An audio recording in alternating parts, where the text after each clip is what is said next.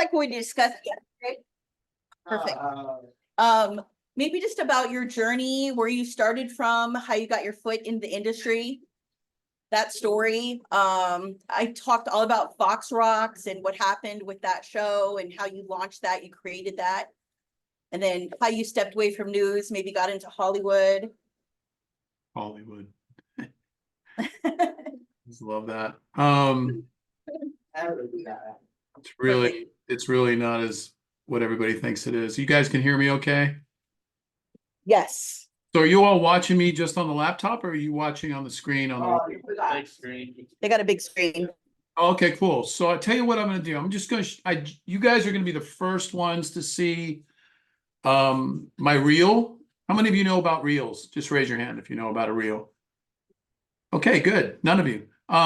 So a reel basically is a compilation of all of your work that you've done.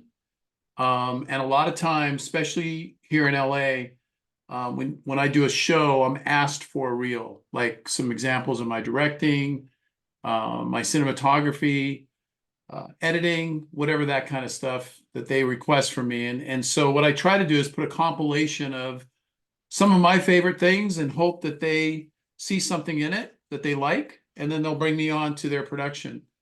So I want to show that first, and then I'll go back and we can talk about all of, like, how to get into it and that. That way you get an idea of where I'm at today, because I think you saw a portion of my old reel. Well, that was from probably 7 years ago. So it's a little bit different now. So I'm going to share my screen and we'll see. So you better turn it up, Liz. Let me know when you're ready. Okay, yeah, I'm ready whenever you are.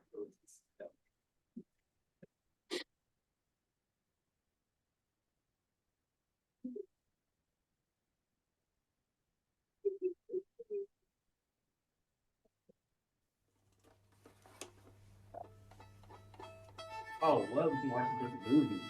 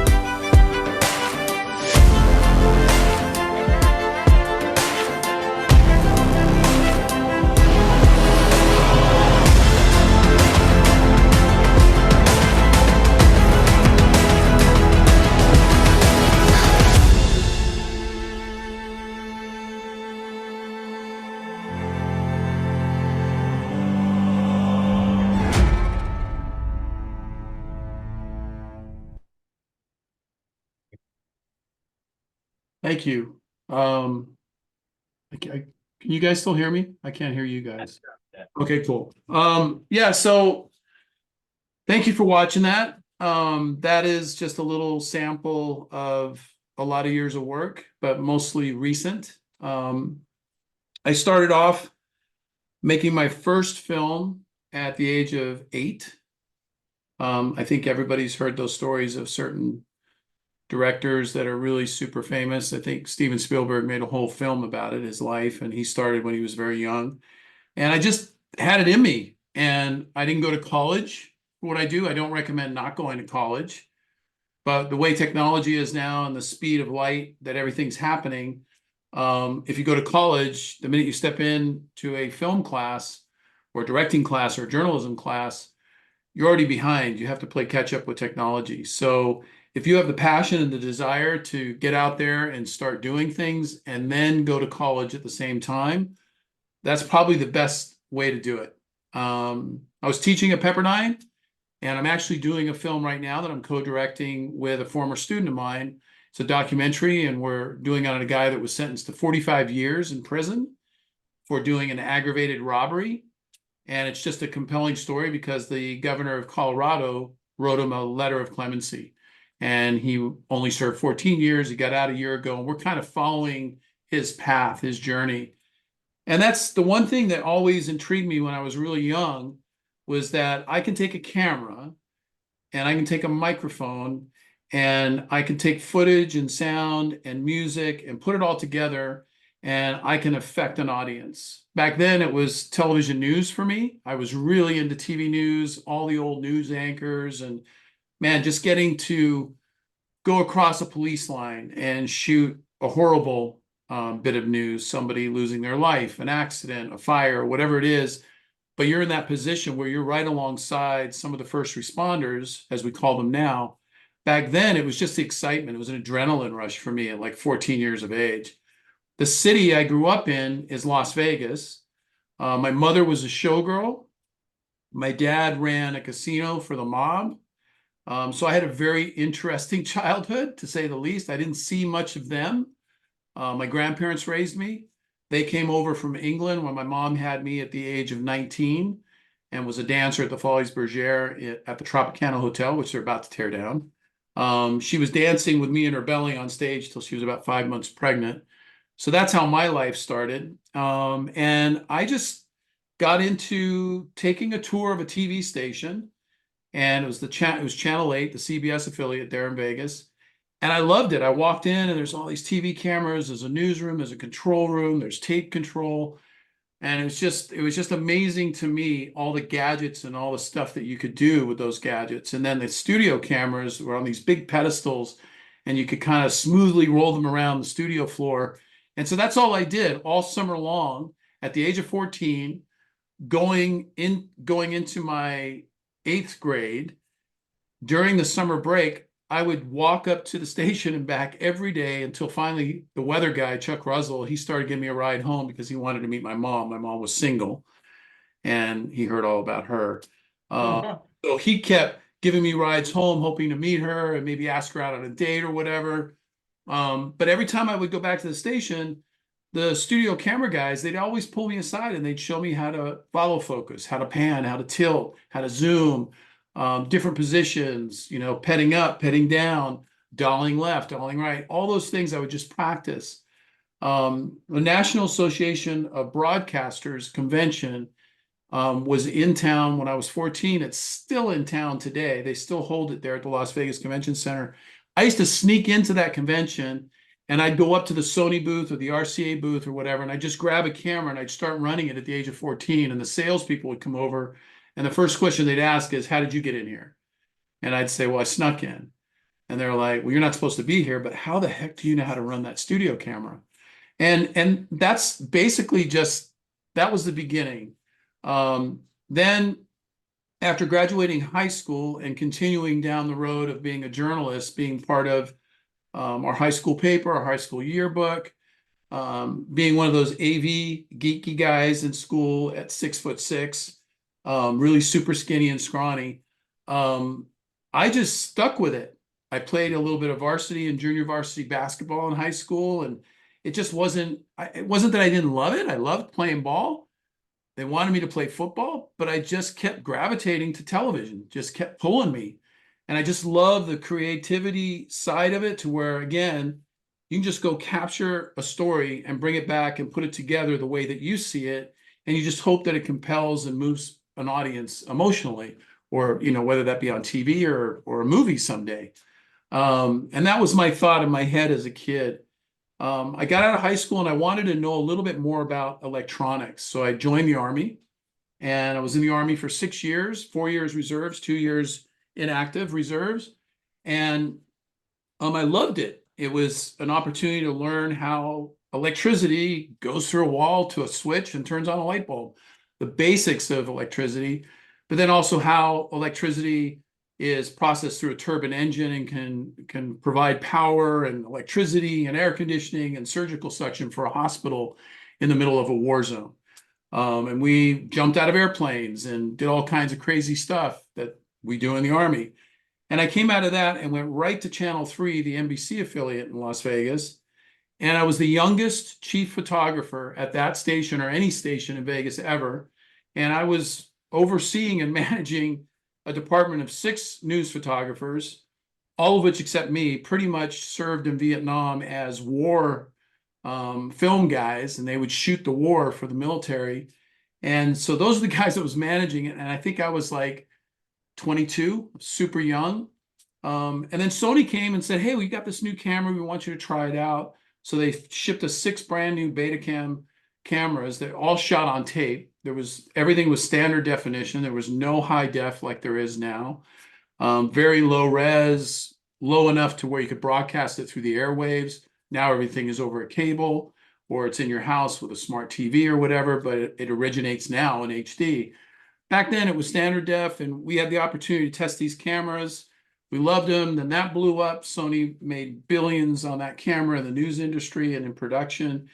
And so again, gadgets, but utilizing gadgets for the love I had is telling stories, not just falling into, oh, that's a really cool piece of equipment. I just want to have that piece of equipment, but understanding the purpose in having that equipment and how it complements what you do as a storyteller.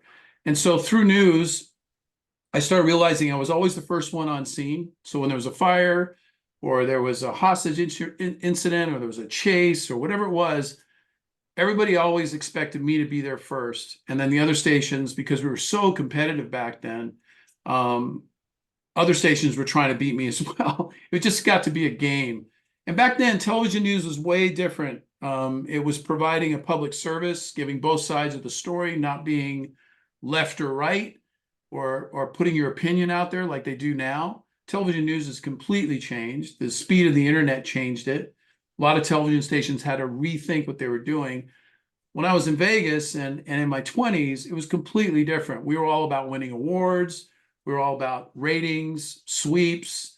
So I spent about 4 years at the NBC affiliate, and then Channel 8 came along and said, we want you to be our chief at our station. So I went back to the original place I took my first tour, and I was the chief photographer there for a number of years. Then I went to Phoenix, Arizona, and I worked for ABC in Phoenix, and I worked for a station that allowed us to do what we wanted to do.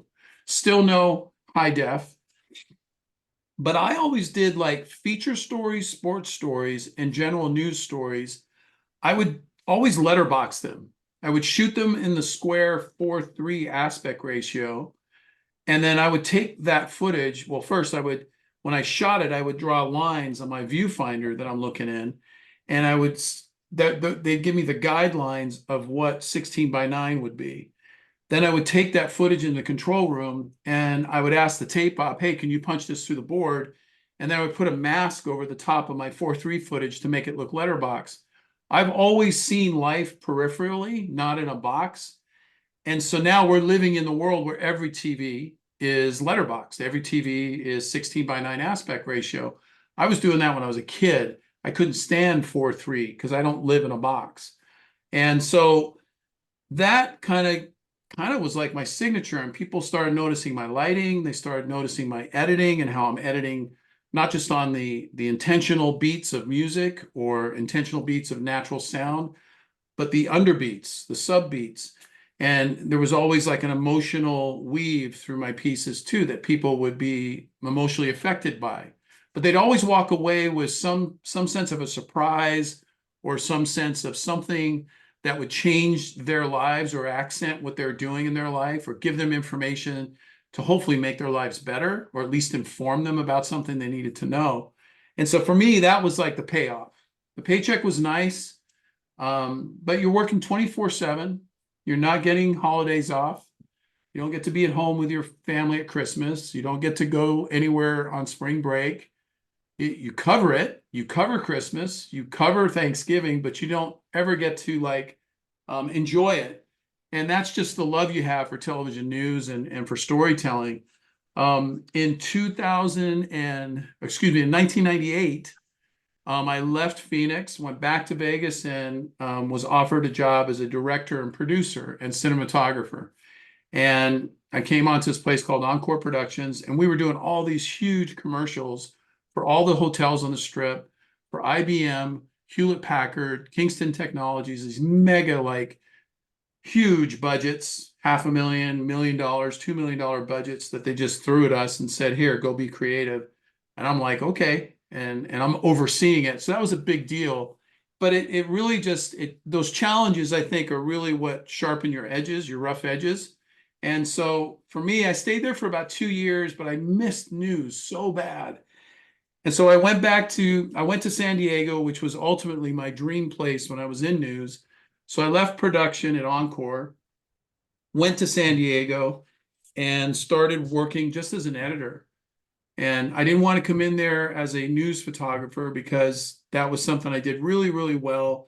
And I didn't want everybody to be, oh, I want to work with him. I just wanted to come in silently, get back into news, and just feel it out and see which direction I wanted to go. Because in television news, there's so many different roles, so many different titles you can go after. And so going back, I wasn't sure necessarily that I really wanted to be a news photographer anymore, a photojournalist. Maybe I would just be an editor, or maybe I would find myself in the studio or in management.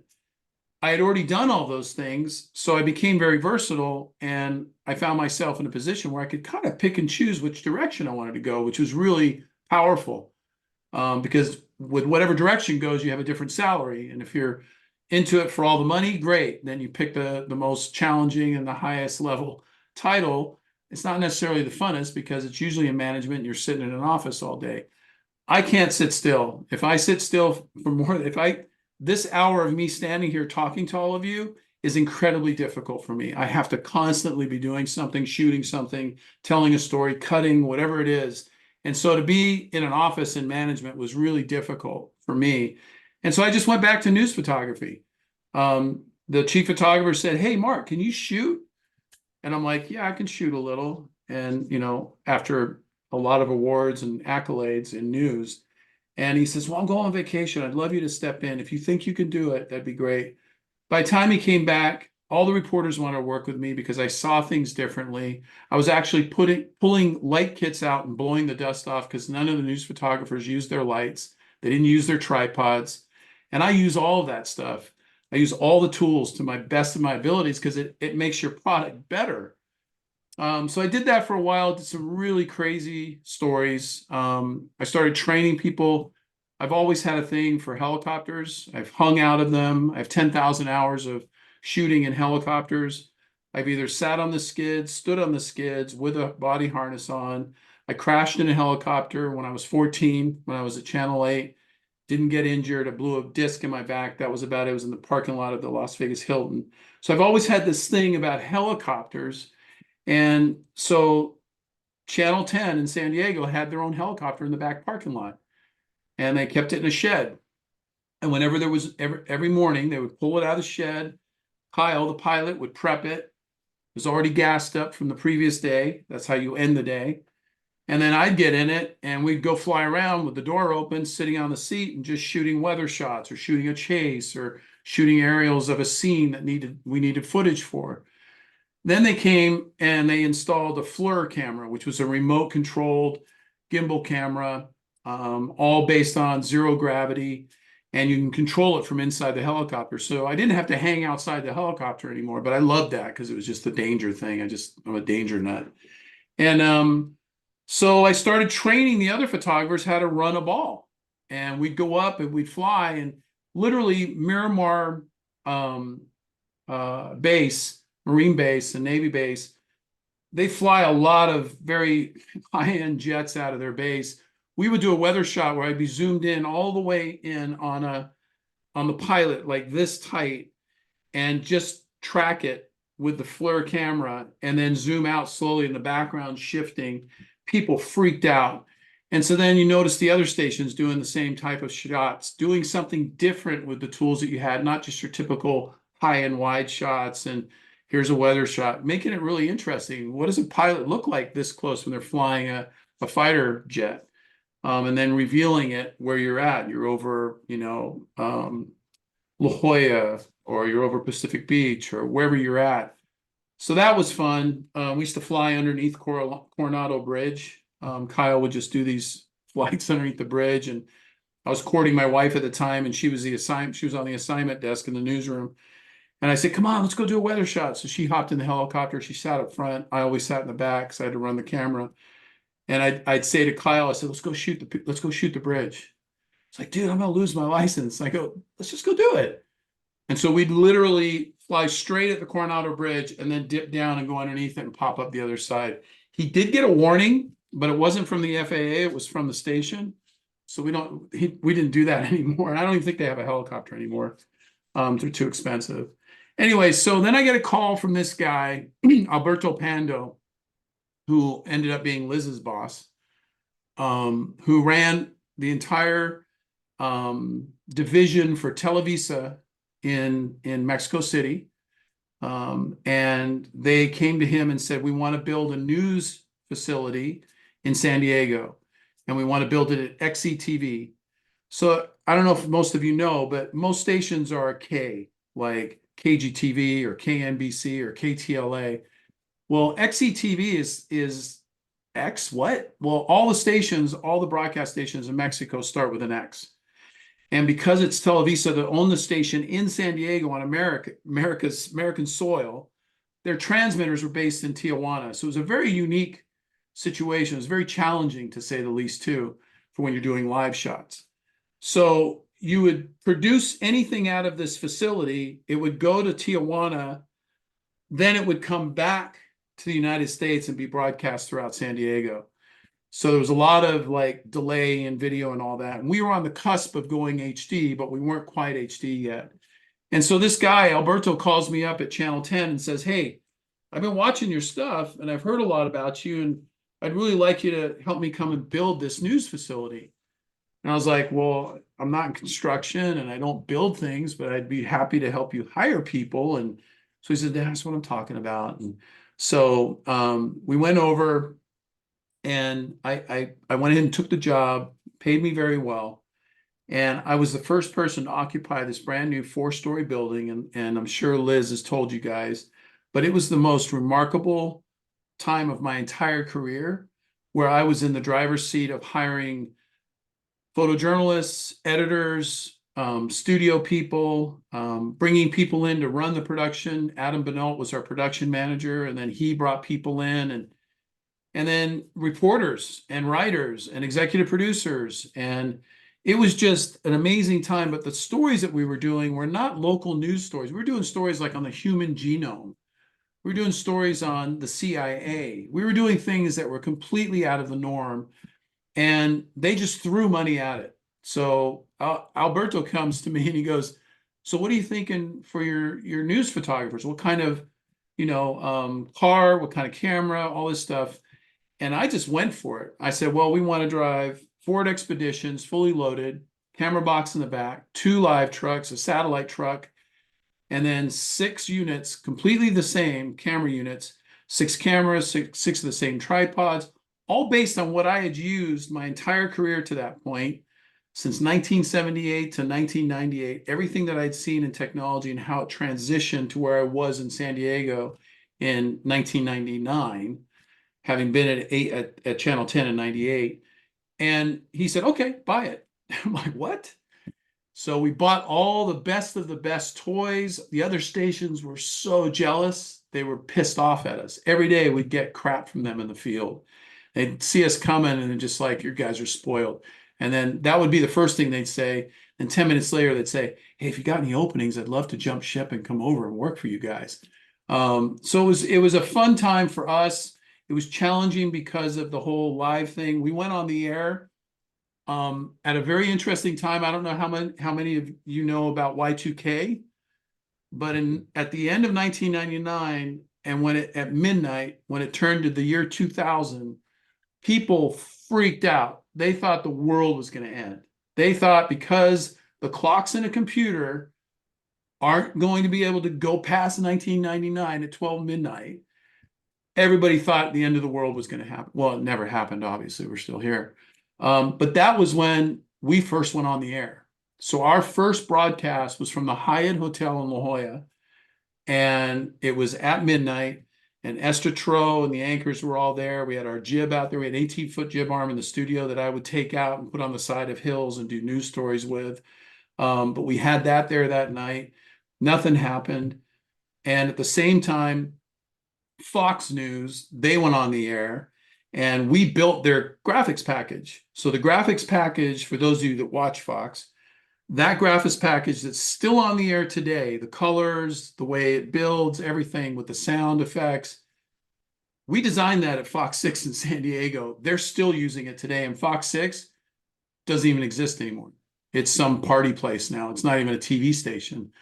So it was really cool that we were in the driver's seat of new technology, new ways of doing news, especially in a market like San Diego, where that's a big market in television news. And so as we progressed through, I ended up marrying my wife. One of our managers hired her off the assignment desk at Channel 10. She worked at the assignment desk at Fox 6. I became the assistant news director to the news director. And so now I'm managing reporters, writers, executive producers. Adam Binault and I are working close together through production, coming up with crazy ideas of how to do different things on the news broadcast.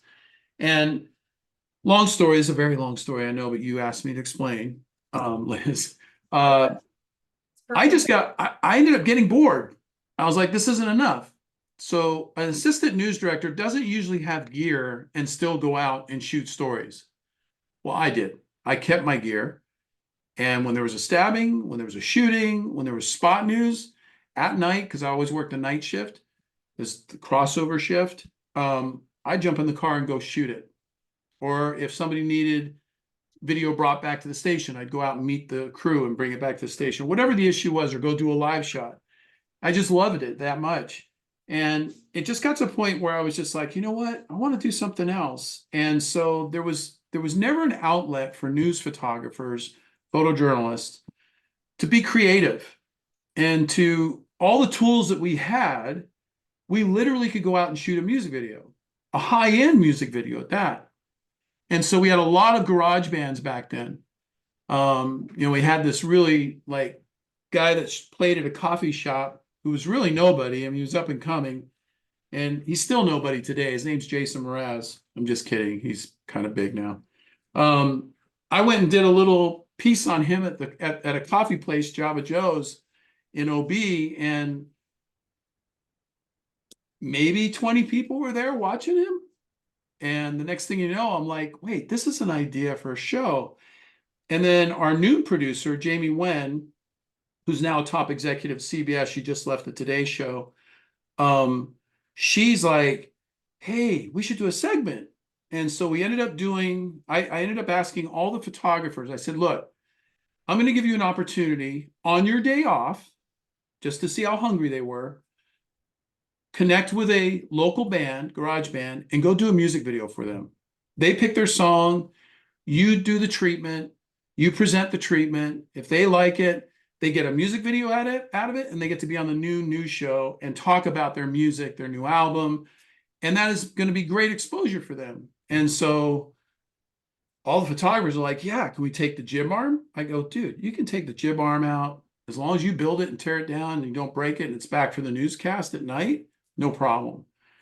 So that's what we did. And we started doing all these music videos. And then a guy by the name of Troy Johnson at San Diego City Beat magazine, who's a writer that has all the connections with the labels, he calls and says, hey, can I talk to you? I'm like, sure. He goes, how about if I did that segment on the noon show? And so he started doing the segment on the noon show. So instead of having some anchor who doesn't really know music come over and interview the band, now we've got a guy that knows the bands inside and out, knows the industry inside and out. And then he started hooking us up with people, other bands, producers. And then Jamie's like, man, we should just like do a show. And I'm like, that's a great idea. So we created this whole department, creative services department, and we were doing 1-hour documentaries on everything that adolescents go through in high school, junior high school, drugs, alcohol, stress, ecstasy, you name it. And we'd give them a camera and say, go shoot your life. And then at the end of the day, sit in front of the camera and tell us about what's happening in your life, the good, the bad, all that stuff. And we turned it into documentaries in 2 languages, Spanish and English. It would air on Univision and it would air on Fox. And then that generated revenue to be able to continue that department, but then break out and do a show called Sam the Cooking Guy with Sam Zine. It's still on the air, by the way. He's blown up. And so I co-created that with Sam. And then we created this show called Fox Rocks. And it was in 2002. We did it in our news set, by our news set, in an empty corner of this incredibly small studio. We had all the studio cameras. We had music videos. I went out in the street with Troy and we did on the street news in San Diego, up and coming artists, different venues, different bars that different, artists were playing at. And then we'd have a band come into our studio live and perform. So we had everybody from like 1980s Buzzcocks all the way to Maroon 5, to Jason Mraz, to Howie Day. I mean, all these major artists come in before they could even say the word major. They were nothing. They were nobody. Maroon 5 showed up in a beat down station wagon with a trailer and pulled up in the parking lot and unloaded their gear, put it in the studio. We threw up 2 very rude, like trees of lights with these par cans and colored gels. And then I would set up like a cigar cam looking at the drummer. And then we'd have 3 studio cameras that normally are for news, and then a jib arm flying through. I'm going to share with you the original trailer. Keep in mind, this is old, but it's kind of fun. I don't know. What did you show them, Liz? Anything? Or just the clips from the YouTube? No, I found it was a whole site like dedicated to Fox Rocks that maybe somebody made. I told them all about the show and how I used to run camera. I showed them Maroon 5 and Jason Mraz and Blackalicious. Then it's all blurry. I was so hoping for 4K somehow. And the And look, then- yeah, you're not going to get 4K. This one's not as blurry, but I'll show it really quick. There's some typos in it, so don't judge me, okay? But I'll play it. It's kind of fun.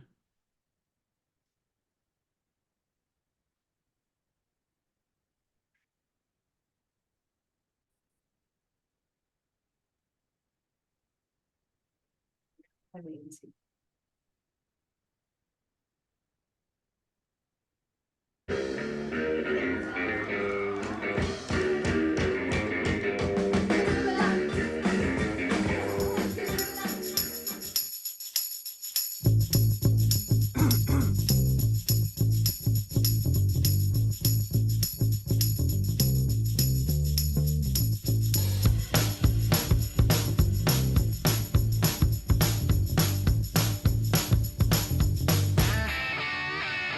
I'm Troy Johnson, music editor of San Diego City Beat, and this is Fox Rocks, the only show in America of its kind. And we do it right here in the streets of San Diego to give you the rest of the stuff that you're not hearing in the mainstream. And if you are hearing in the mainstream, we'll give you a real opinion about it. 1, 2, 3. Lies, innuendos, and rumors, they call it the news. You can get pirated CDs in the joint for cheap. Remember the good old days when recording studios were hangout spots where any random dude who barely knew the band could stop by with a case of beer and everybody would drink until they happily fused together? That proceeds from pirated music and software help fund terrorist networks. You'd think growing up with a name like Marshall Mathers, you would learn to have a sense of humor, but Eminem... We don't have an insider ourselves at Jimmy Kimmel or Conan O'Brien or David Letterman, but it always seems to be that the bands that we book, they tend to get booked on Letterman or Conan or Kilborn within a couple months.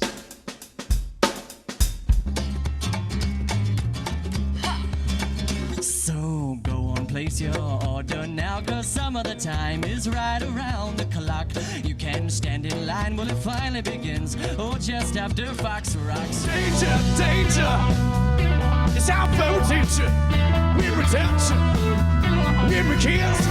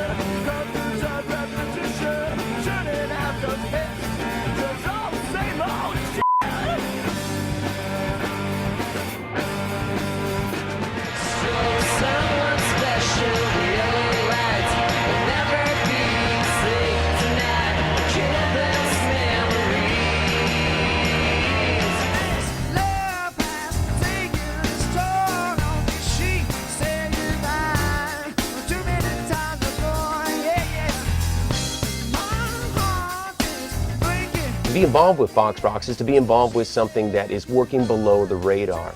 It is in touch with the hippest kids in America, the tastemakers, you know, that are out there, the ones that buy the jeans and make them into a new fashion, the ones that buy the new music and make it into a new hit.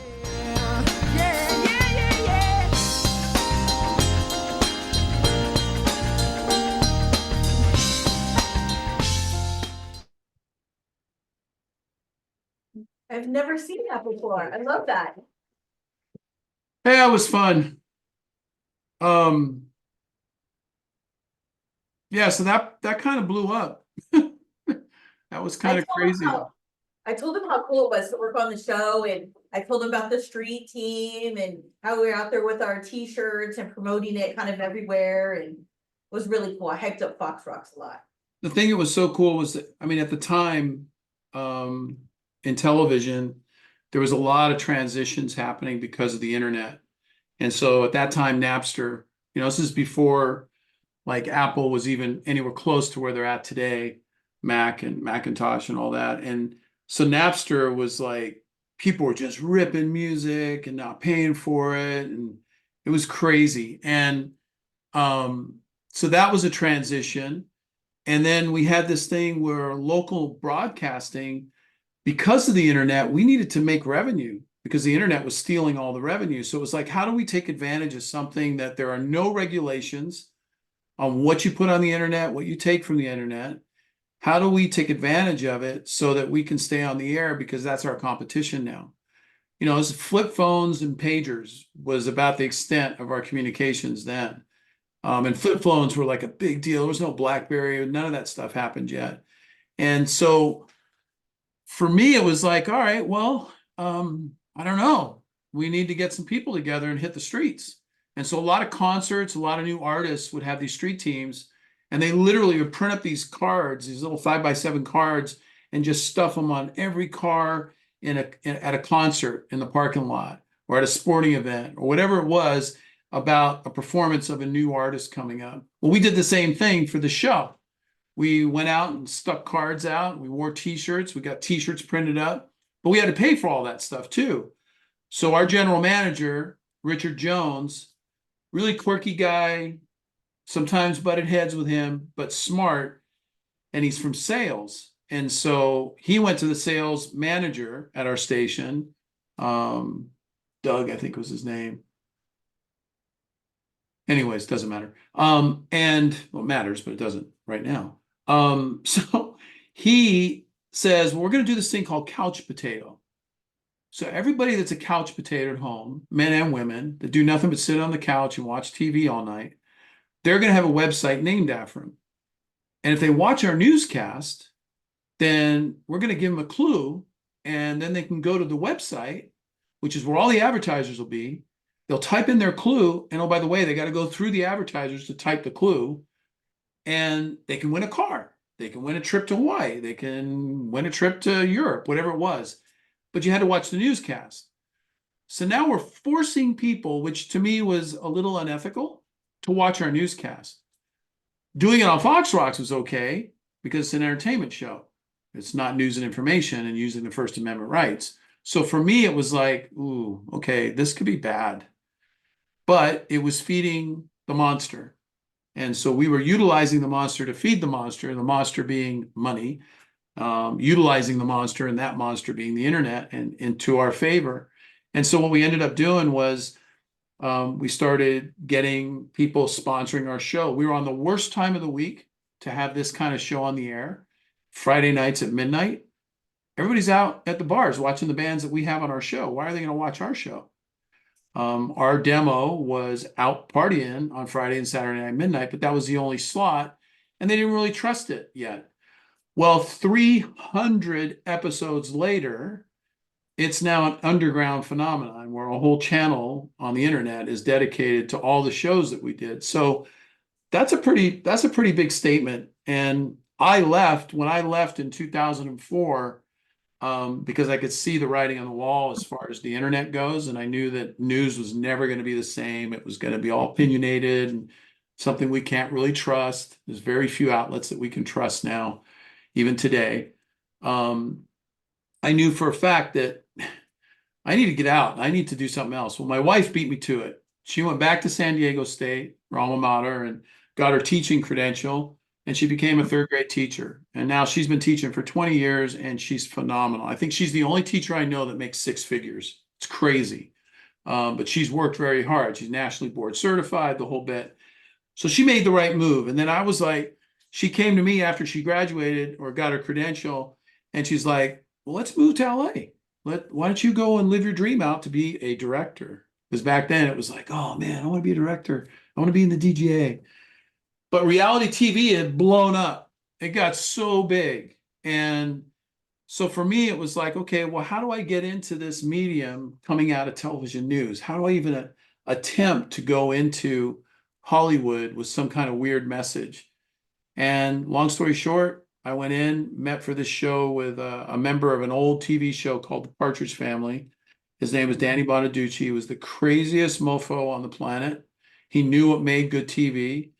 He started shooting steroids in his butt on camera, drinking vodka cranberry on different pills because he broke his hand.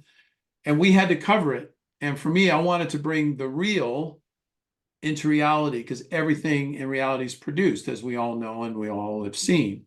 And so for me, it was like, well, this is going to be VH1. They're going to want it to be real. They're giving me the opportunity to bring two guys up, Aaron Crummell and Brian Keenan, up from San Diego that were news photographers that I mentored. So I brought them with me. They were on the crew with another female camera operator, Maria. And we shot this crazy person going to therapy with his wife, couples therapy, and then running around LA doing all the crazy things that he did. And it was, if you look up Breaking Bonaducci, you'll see in the first 10 minutes how crazy it was.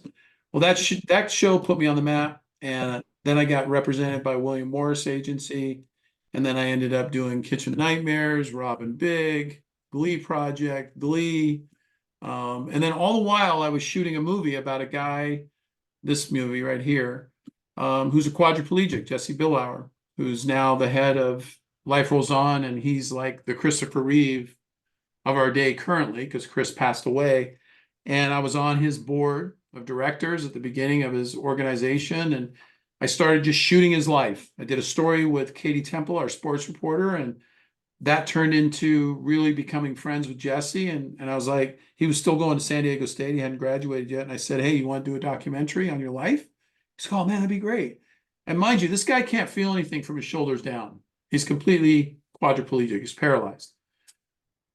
But he was destined to be the next Kelly Slater.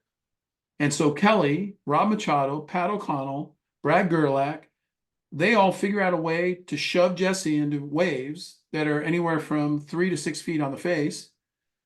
And he can surf again, laying down on his stomach.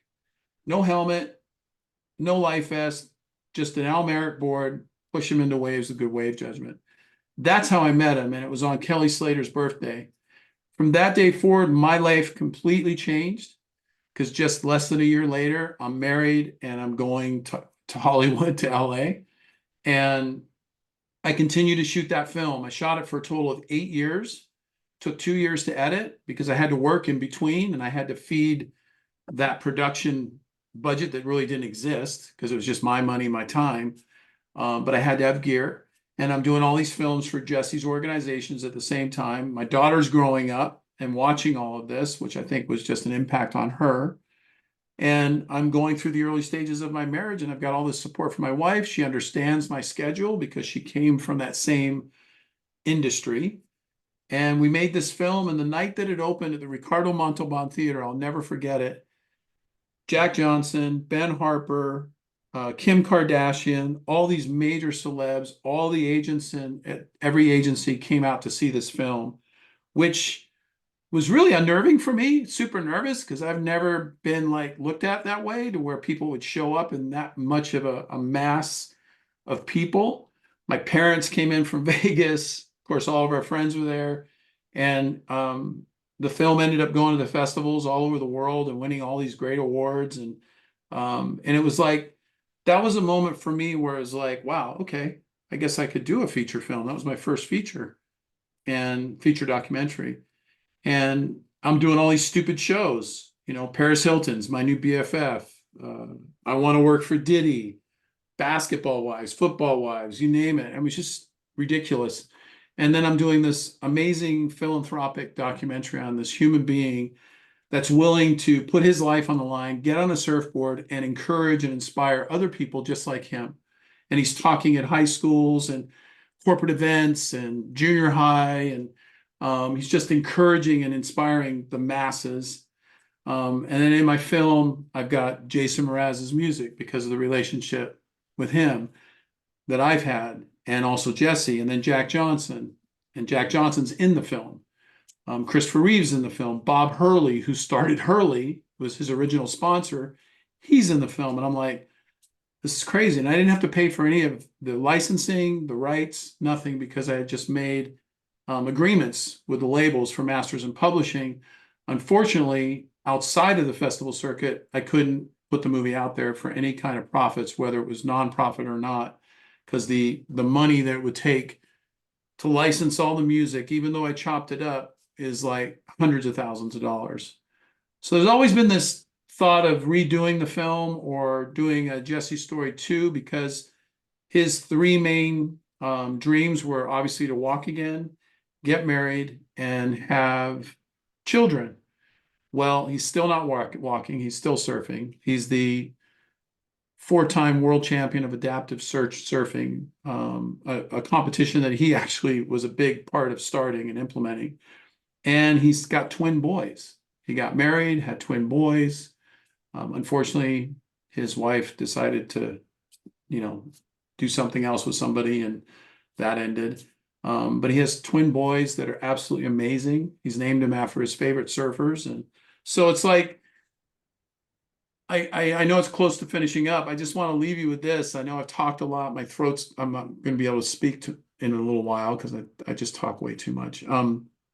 But I just want to encourage you guys, you know, if you feel the desire to be a storyteller, don't get stuck in the gear. Just know the gear is there to complement what your passion is.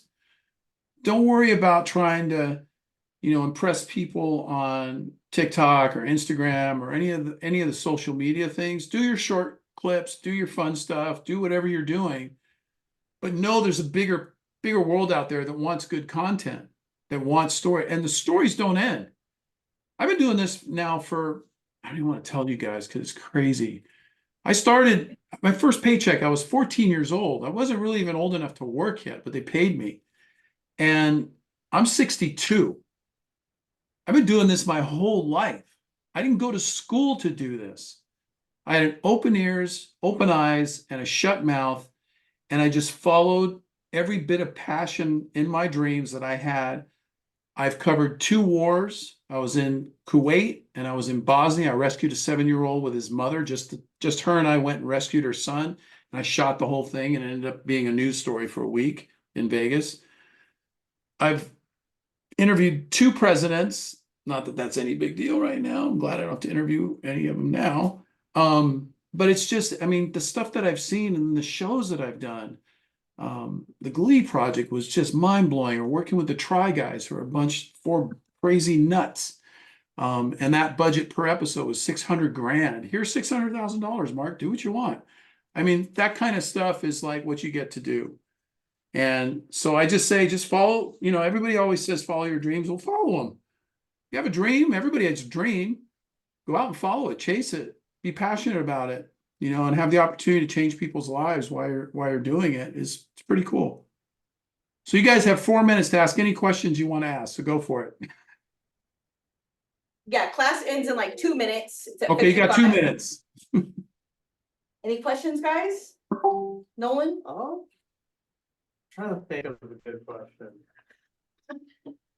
Like, I feel like everything was like so well explained, and like to hear your story was incredible. Wow, thank you. Welcome. Thank you very much. It's been incredible. What were some of like the bands that were on that show? Because I saw like when it was flying through, like what's it called? Like I guess like the reel for the show. What is it? I saw this part where it's like going through albums. What is it? It caught my eye for a second, but it was I saw someone like flipping through like Black Flag albums. Yeah. They were never on the show. I don't think they're together anymore, but yeah, I mean, I think at that time that was kind of like the music of before we developed the show, but inspired the opportunity to really target that demographic, that college demographic. Like when I was college age, but I was in news, I didn't go to college. B-52s, Black Flag, Surf Punks, all those guys are my bands.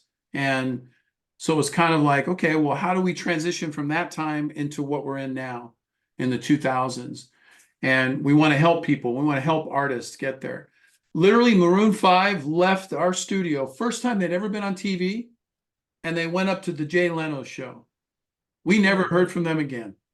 Next thing I know, they don't even look the same. They look like babies in that video. And that just happened. We had one band called The Locust. I think Liz can fill you in on them.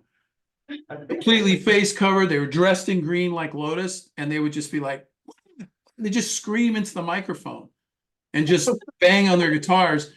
And they had like 3 albums and they had a following. They were on our show, which was the most bizarre thing I think I've ever seen in music. But they were making it, and we didn't mind having them on the show. I remember being behind camera just being like, what the heck is this? Like for some of those bands, but it's so cool that they blew up. And Mark, I know school is over, but I cannot thank you enough. We all thank you for taking the time out of your busy schedule. Anytime you want to do it again, you just let me know, and feel free, if you've got my number or an email, if you have any questions, Okay. say hi. Sounds So good. much. Thank you. Thank you. Thank All right, you see so you guys. much. All right, we'll be in touch. All right, bye.